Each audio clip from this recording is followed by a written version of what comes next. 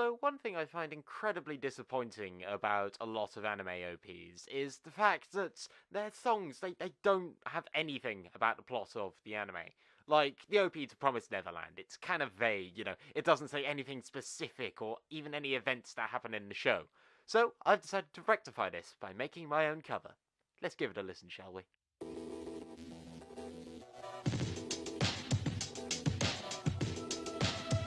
There are children living in a goo la la la la la la la la log.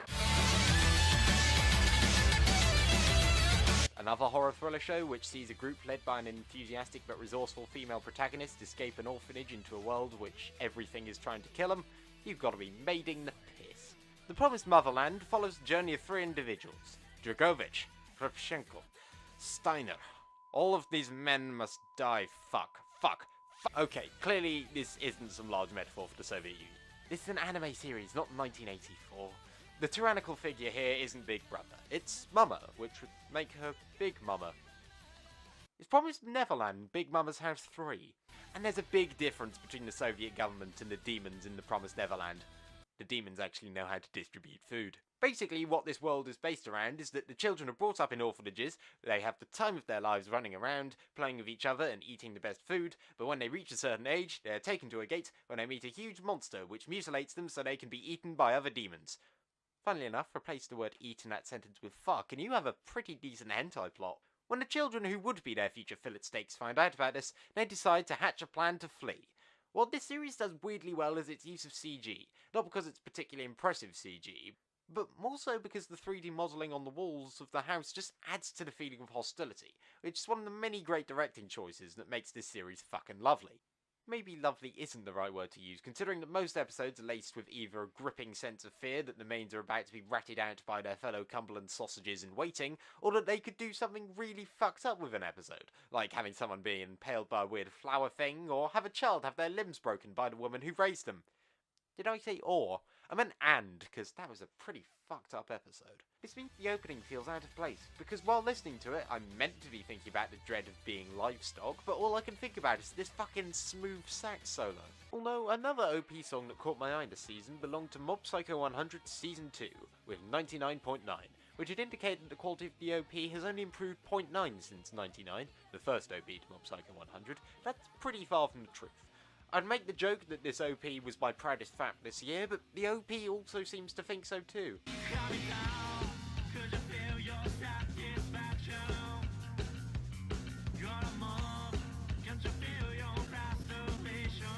But as for the actual series, we have more character development, more battles, and more canals. It's basically the best series of all time now. And I think I might be able to make a characters in a nutshell video on it, so double win.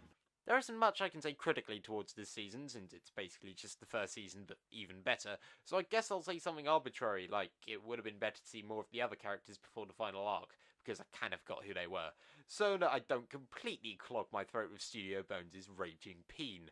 Although, on the subject of Studio Bones' Raging Peen, it appears to be expanding this year, with My Hero Academia Season 4 in the autumn, and they celebrate their 20th anniversary by joining up the missing fifth of their Bebop Dream Team and creating Carol and Tuesday.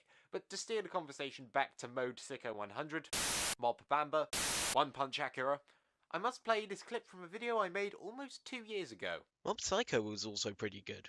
Get working on the sequel. That's right, I made this happen. Thank me later. So, since I was already watching the two shows I've just mentioned and Kaguya-sama Lover's War, which I'll get on to talking about later, it meant I had to find one more so I could reach the healthy amount of shows to watch each season. The word healthy here is incredibly subjective. Now, before me I had two options. First of which was Rising of the Shield Hero, which is an isekai by Studio Kinema Citrus, and watching it would make me look like I am only really following what's popular. The other one was Dororo, which is a samurai show by Studio Mappa, and watching it would make me look like a pretentious arse. And, well, I mean, considering I'm the kind of person who relishes in explaining the deep anime reference behind their t-shirt, you can probably guess which one I went for. So here we have My Neighbor Dororo, which is an adaptation of a mid-20th century manga, which means it's following the trend that Devilman Crybaby and Megalobox started. While the general presentation isn't as stylized as those previous two examples, it is nice to see a much more muted colour palette, as it feels much more fitting given the more serious tone, and some of the imagery here is just mwah, succulent. as well as the monster design, which is also pretty nice. As for the story, it sees the titular Dororo teaming up with Hyakimaru, a name which we find hard to pronounce, but don't worry, he can't either. Or anything else for that matter. Basically, he was the son of a lord who decided to summon demons, right as his wife was giving birth. Did you learn nothing from Elfen Lied? Right, recite the words with me. If you get your wife up the duff, don't do any demonic stuff. I know it's an obvious message, and I know you don't like reciting it, but how else are you going to learn? So 16 years after he was yeeted out of his household, he got himself some prosthetics and a lust for demon blood. In short, man literally too passive-aggressively perturbed to die. Now, I don't know much about Japanese history, at least not as much as I claim to in front of my friends to try and preserve my honoured status of weeb degenerate, but I gather that this is set during the Sengoku period, which I just assumed meant that everyone had a trash taste in waifus, but apparently it was a time where only two things came in vast quantities: wars and swords. This dude's arms are swords, this dude's instrument is a sword. I dread to think what the sex toys were like back then. While the episodes are a bit formulaic, I don't really care. Dororo is a show I am proud to call that samurai show I've watched that isn't Champloo.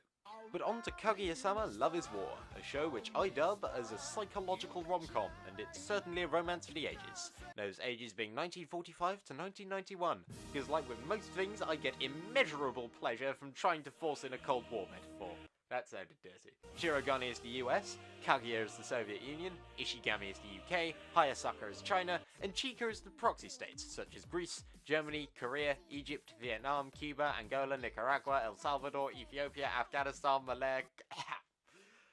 Malaya, Kenya, Algeria, Cyprus, and probably some others. When I first looked at Kaguya-sama's MAL page after I heard about its engaging comedic character dynamics, after I saw the On Your Mark reference in the ED, fine if you want the truth, after seeing the Chika Fujiwara dance, I was surprised that the first recommendation that came up was Death Note. I mean, how could this rom-com in any way resemble Death? There we go.